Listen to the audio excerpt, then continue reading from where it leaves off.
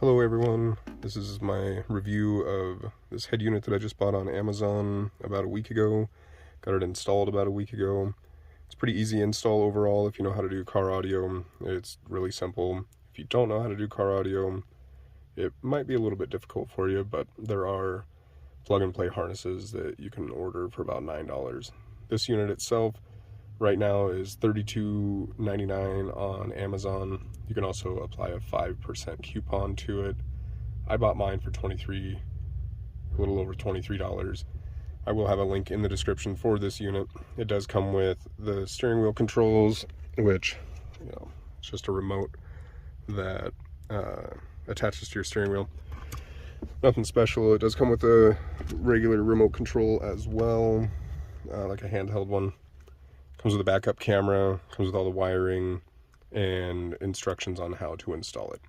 Alright, so here's the unit installed.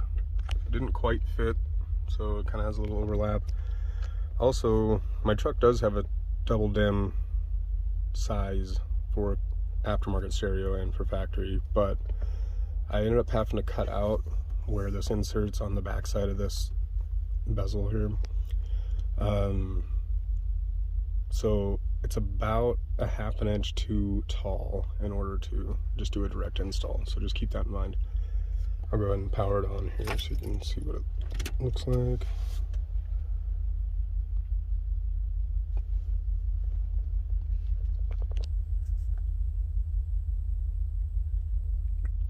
Alright, so there we have the home screen.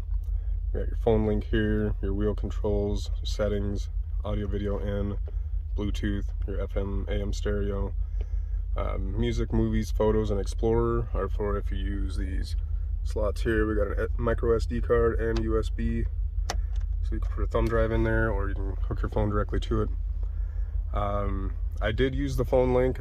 Right now I'm using a Galaxy Note 20 Ultra. I think I'm running Android 13. And it seems to work fine. I noticed there were some issues that people were saying that you had to have a phone that was Android 6 and older in order for this to work, but it works fine with my phone. The resolution on the mirror link isn't really that great, but it is functional and you can control your phone with the touch screen on here. So, let's see, so the radio has a decent feature on it where you can actually do a scan here and it'll pre-program all of your stations for you. I don't have any issues with the stereo or the radio feature. So we just go home here, we'll keep playing. If you want to do Bluetooth audio, you can go in there.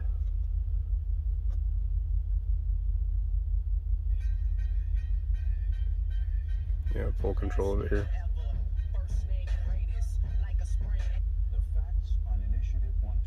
Oh, and then there's an ad. Cool. Anyway, so that's where we're at on that. I can't really do the mirror link right now because I don't have my USB cable with me. But yeah, it won't let you mirror link over Bluetooth, unfortunately.